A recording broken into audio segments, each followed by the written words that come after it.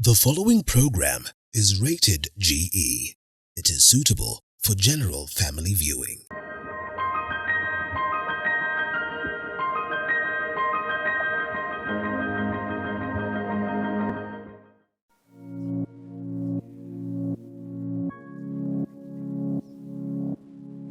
All right, well, welcome to Beyond the Limit, another Saturday where we have a sitting with the doctors as we get to learn some more about the things that affect us or impact us as a people in society. And so tonight we focus on abortion and the implications to mental health that come along with that. I mean, you probably would be understanding how intense this conversation is going to be. Well, you probably have never aborted, but you do not just know when it will come knocking or when you will go for it. And so we get to understand what are some of the social factors that would trigger someone to get to abort. And of importance, we just get to understand the risks behind it. And we sum it up with how you can prevent yourselves from, getting to that point of aborting. And, children are supposed to be a blessing. Most of the people are supposed to be happy that they have gotten pregnant. But today we see the rise in the cases of abortion, Dr. What is this that would trigger that? This is Dr. Jane, this is Dr. Sarah, and this is Dr. Rehab. What is this that gets people to abort? Yeah, there are so many reasons that make women terminate an abortion. I mean, terminate a pregnancy. Yeah, pregnancy, yes. Yeah, and this, it may be the causes. Yeah? One, you want to pursue a career, and you think that now you are pregnant, and it will buy you from getting the promotion or going outside of the country or even, working the way you want to work. You feel like the responsibility will be too much. Other times is a psychotic mother because mental health is an issue, is a big thing in abortion, who act out or maybe they are raped and then the caregiver maybe may feel the mother will not be able to raise that child, and they can advise for abortion. And we have causes of sexual assaults, rape, and the woman may feel, whom will I say impregnated me? What will I tell my child the father was? And the scars and the trauma that comes with that. Sometimes it's medical causes. So there are many reasons why women carry out abortion. Yes. You see, amidst all these reasons, some valid, some not valid at all, there are some of them who carry out multiple abortions, and therefore in their conscious mind, they say that this is basically what they want to do. What again would get someone to that point, Dr. Sarah? Rita, it's a bit difficult because I believe that's a mental issue. And maybe my fellow therapists can respond to this, because it must have been triggered by something. Maybe this person feels a misfit. Maybe it can also be related to some cultural issues. I feel these are things that need to be looked at because at the end of the day, we have seen these girls and these ladies suffer even more worse issues than just issues of abortion. I believe my fellow therapists can respond to this. Well, and maybe we will loop in Dr. Rehab on that. Dr. Rehab, some time back when I was young, we used to hear about abortion and how scaring a process it was. And, people could dread, you could not even want to imagine going through that process. Is it that with technology, with the advancement in medicine, it has become such an easy thing that people or someone would actually imagine of carrying multiple abortions carrying out? You will realize that I hear you say that when you were young, but I want to say that in our time, abortion was dreaded. It was the no-go area because, for one, community abhors abortion. Everybody would judge one so negatively for abortion. But in the current trends that we see, it's like people take things of issues of sex and conception very easy. so that people can, you know, just get into sex, and then without the real thought that the result would be a pregnancy. And so when the pregnancy comes, I hear they just say you can flush it. It has become so easy. However, I want to say that those things that we held so close to our chest, like religion, you know, like society, like our beliefs and our views, are no longer held with that kind of you know, an esteem. The other thing is that currently one can have multiple abortions because they don't have the thought. You know, it's like, for us it was such a scare that when you abort you may never get pregnant when you get married. This is because society expected that a woman at a certain time in her life will have to get married. But these days you find that people, you know, marriage is coming very far on the list of your to-do list in life. And so people can just abort 1, 2, 3, 4 because, you know, nobody expects they will get married, and then people will see you don't have children and so on. And then, like you say, there's this issue of technology. You know, it is easy now to abort. When we were growing up, we used to hear that people will take strong tea. I mean, some crude method. These days, I don't think one has to go through the crude way of getting rid of a pregnancy. There is technology, and I think there are too many doctors that are also willing to do the abortions. In our time, very few doctors would do that because society would look at them very negatively. But now I think one can just walk to a clinic and get an abortion. They do that often. The other thing is that the people these days don't hold life with such kind of you know, sanctity. The life of a child. And there's this thought that, you know, a pregnancy is not really a baby. That's the thought. Which is also a misconception, I think, is something, it's lack of knowledge. So when you get it out, you don't feel guilty.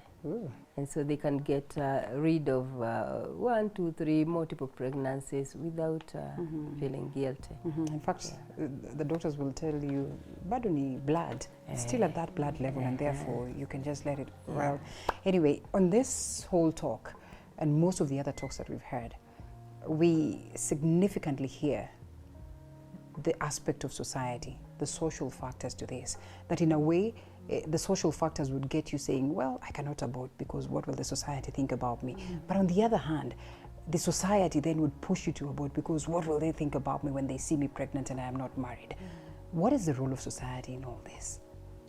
I should say, as it has been said by Dr. Rehab, actually there's really much to do with what the society says about abortion and some of the myths that you have had, that even if I abort, after all, it's not a human being. And I think that has led to so many things happening. And we have some of these social factors. For instance, we have this girl who is in school and she gets into sex, and at that point she gets an unwanted pregnancy, as we call it, unwanted. And actually the word unwanted is what even gets you into abortion.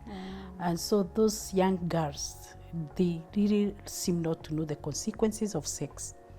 And in that, when they get pregnant, they end up thinking the easiest way to deal with it, the quickest way, is just to abort. So that's one of the reasons. The other reason, which we have found again with married women, is maybe you are married and you feel the child has come too fast. And this is what now again we term as accidental. And it becomes an approval. After all, I had not planned for it. And so they end up again getting to maybe to a medical practitioner, and they help them to abort. And we also see the issue of also these pregnancies that are coming at a late age, when you are even at menopause, you had not planned to get another baby. And so again, you conceive and you find again the easiest way to deal with it is to abort. We find that also the societies, in a way, as much as it may have been condemned silently, Right. we are not very sure of the real cases that we have, that people who undertake abortion, because some will do it in an informal way, and we find it is not really known. So again, because of the silence, the crime that is unspoken, we really cannot tell the percentages of abortion that is done, and that makes people do it silently and without telling us also the consequences. Because if only people would talk about the consequences, then I think abortion would be much lowered in terms of percentages. Okay. Yes. Dr. Jane, the main consequence in this case would be the mental health of an individual and the state where then they are at prior, in the process, and after abortion. I mean, it is quite challenging. Do we even get to think about that? I don't think so, because many people who have done abortion, they become traumatized later, especially now when they are trying to conceive. They are getting married, they want to settle down, so they will re-experience. They will be traumatized, they will be anxious, they cannot maybe tell their husband what happened, but they are not getting a baby. Yeah. So it can have a lot of psychological effect, and it can bring a lot of guilt feelings and shame. It can also cause a lot of even depression Right. and suicidal feelings, because now you are dealing with it alone. Maybe you never told anyone, only the doctor knows. So the secrets that you are keeping, they become like a wound, like a scar, but it is only for you. And if we have such people going through, it's good for them to forgive themselves, Yeah. being self-compassionate, All right. and seeking help and telling the truth. This is what happened. Ooh. Yeah. As if it's an easy thing to do. But anyway, we are not in the business of condemning. We're in the business of saying that, you know what, this is probably not the best option. If you can take another option, like an option of keeping that baby, it probably is going to serve you right and save you from all these pressures that we're talking about. We want to take a quick short break, and then we come back and unpack just how best we can deal with the trauma that comes with that, but of importance, how we can prevent the cases of abortion after this break.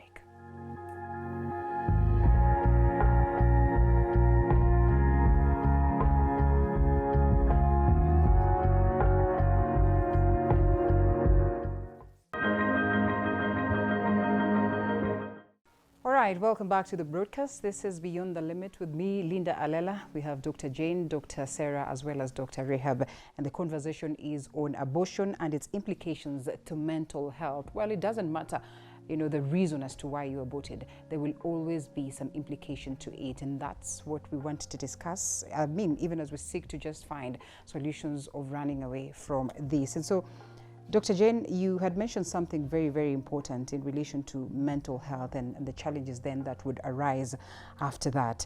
And we just get to understand what are some of the notable risks that come along with abortion, because perhaps that would help someone, you know, in the process or in the verge of committing that, then they probably think otherwise. Yeah. Some women have actually suffered uterine consequences, the loss of the parts of the body, Right. as they carry out the abortion. Others have gone through half-half, where the doctors mess a bit and then they die, and others have a lot of issues to deal with after. Guilt feelings that can cause a lot of psychological turmoil and despair, like, what will happen? Am I okay? So others will not be able to. It's a secret to them, and they are having challenges inside them, the inner. They cannot be able to talk it freely. So it is like, you know, a big thing. Yeah. All right. Is the impact the same for those ones that have had this prescribed by a doctor, and therefore a doctor says, well, because of this reason, then you must undergo an abortion? Is the mental drain as equal as to the person who just decided that they're going to commit an abortion? You know, let me still say what I normally say. Abortion is a loss. You know, you are pregnant and then you are no longer pregnant, you have lost a baby. Okay. However much we want to see, like, really nothing has happened, there is something that has happened. And it is good to know that you are no longer the same person who was not pregnant and aborted. That is very clear. So when we say that the impact could be different, that is not true. There is still the same impact, even when it is a doctor who has prescribed, because the loss is still loss. And one needs to be prepared, because sometimes the doctor will prescribe that because maybe the health of the mother is at risk. Maybe if you save the baby, this mother will have a problem, one problem or another. Maybe they have high blood pressure or something, and then to save the mother, the doctor may prescribe that let us get rid of this baby. This mother needs to be properly prepared so that they can be psychologically aware, they can be alert, they can be ready. Okay. So let the doctor or whoever, maybe a psychological expert, take this mother through therapy to prepare them so that this loss will not have such a great impact on the mental health of this woman. All right, Dr. Sarah. Then comes the element of family, friends, you know, basically society, support groups and all that. There are instances where your family will know, even your husband will know that, well, the doctor prescribed this and therefore she has undergone this process of an abortion. There are instances where maybe it's a secret and only your friend knows. What role can they play in making sure that as an individual you remain stable? You know, at the end of the day, it adds up on you. You're the one who has done it. The person who has done it is left alone. You're the one now who goes through that psychological trauma and all those social misfits. You know, they'll be thrown back to you. And fortunately, unfortunately, those are, especially when it's not a secret, that people had seen you expectant and they were waiting for a baby, and all of a sudden they see this person is size 8, you know. They will definitely blacklist you. There is that which you will not go forgiven, you will not go unremembered by people. They'll still recall this lady aborted, this baby, this lady terminated her pregnancy. And so I think as a society we need to be also careful such that we don't fully condemn these persons. I like one of the religious institutions which says you can still be forgiven. Right. Despite having done this, you can still stand, you can still get your worth, you can still get your dignity. And I think this is a message we are telling those women and those girls who have done abortion, that there's still a second chance. Despite even if you have done it, as a society we feel we want to bring you back and tell you there's still another opportunity where you can, if possible, you can conceive and carry your pregnancy to term and you still get a baby. However, the first thing that needs to be done is to forgive yourself. And the society now will come to forgive you. Because again, those mental consequences are coming because we have refused to forgive ourselves. And therefore we are also attract other now issues like that guilt, that depression, and that feeling of you are not worth. So it needs to start with us. Okay. Forgive yourself and amend your ways and believe that you can move on. Oh, beautiful. Yes. That means then at some point you would seek advice, like you were saying, speak out. It might not be very easy to speak out, but maybe it could be easy to speak out to a professional who probably doesn't know you and might not judge you. Just how crucial is seeking professional help in this process, and how handy does it come in to address this? Actually, we have seen people who come and they're on their way to carry out an abortion. Okay. And now you talk to them and they change. So counseling is powerful because sometimes you have you are falsifying. You don't really know that you can give birth to that child and they will grow well. I think I'm lost in the question. No, that's fine. It's basically about the essence of seeking professional counseling. Yeah, and professional. how it Because comes in the hand. professionals will guide you well. Yeah. They will tell you it's okay, you can do it. If you are your life is in danger, don't go to the back street. The back street doctors are after money, and they just want to continue with their work.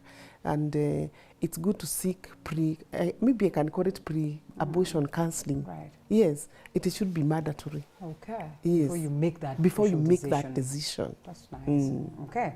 And we also have women of God here, and therefore we would love to understand. Should I say Reverend Rehab?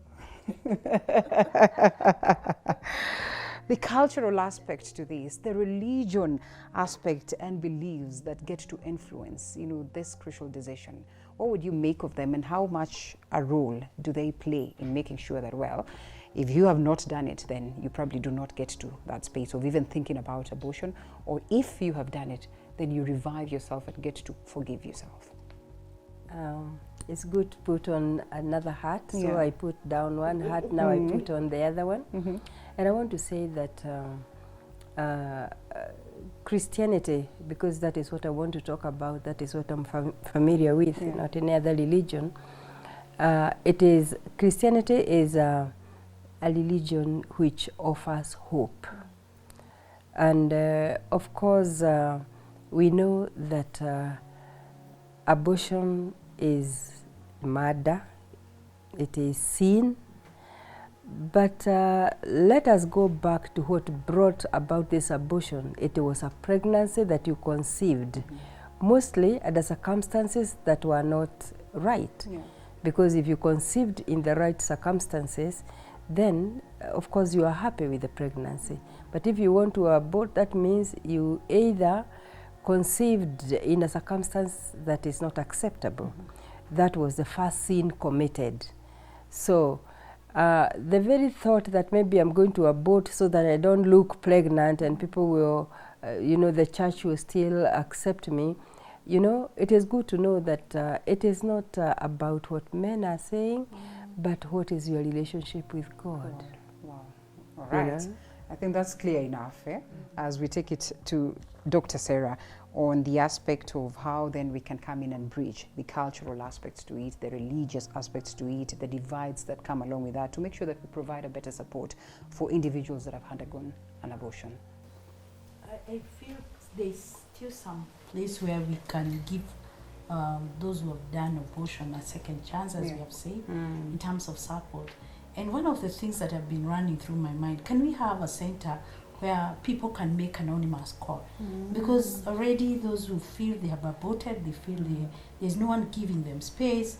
And as you have said, and where here in this forum, is that people are really suffering from mental health issues because of abortion. Our relationships have been broken. People are unable to perform. People have lost hope of living.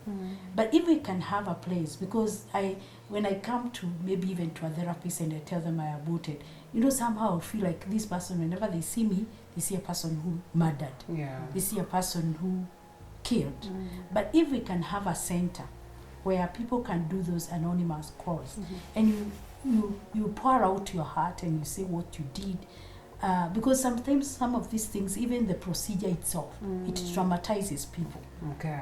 The fact that you see children of a certain age, it brings that mental picture of how your child would have been. If, for example, you got boys and there's a girl that you aborted, a baby child, a baby girl that you aborted, it comes again back to you. Wow. By now you'll be having a baby girl.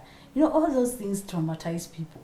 But if we can have a place where people can be really releasing themselves and pouring out their hearts, I think it will go a long way to help people, and the young especially, to move on with life. In this case, prevention is crucial. As we close, Dr. Jane, you had mentioned something to do with, counseling prior that could actually help you change your mind. What are some of the other things that we can actually do to avoid these cases, if at all we're going to make this a game of the past? Yeah, education is very important, and it should start early. I know there is a lot of debate about sex education, but I think it plays a role. Even if we don't do it, it's being done behind the scenes. Right. Yeah, so the best thing is let the children and teens and let them know that there is consequence for sex. Every sexual activity can get you pregnant. Yes. Right, we even talk about family planning, that would fall under education and all this. And I think that is now at the point where we leave the lines open, we leave the WhatsApp number open for you to, just talk to us. If you have a center or a call center where people can call to have their concerns addressed, please drop it here. We'll find ways of making sure that those ones that need help then would get that help. If you have a space where, you like offering this kind of education so that we can help our girls, I think it would go a long, long way in offering this help that we require to prevent the cases of abortion. Dr. Jane, thank you so much. Dr. Sarah, thank you so much, as well as Dr. Sarah. Children are a blessing, I agree. Until you see them grow, like you say, is when you get to realize that, wow, it's a beautiful thing to see. We close it at this very point. My name is Linda Alela. I look forward to see you again on Saturday on Beyond the Limit. Bye-bye.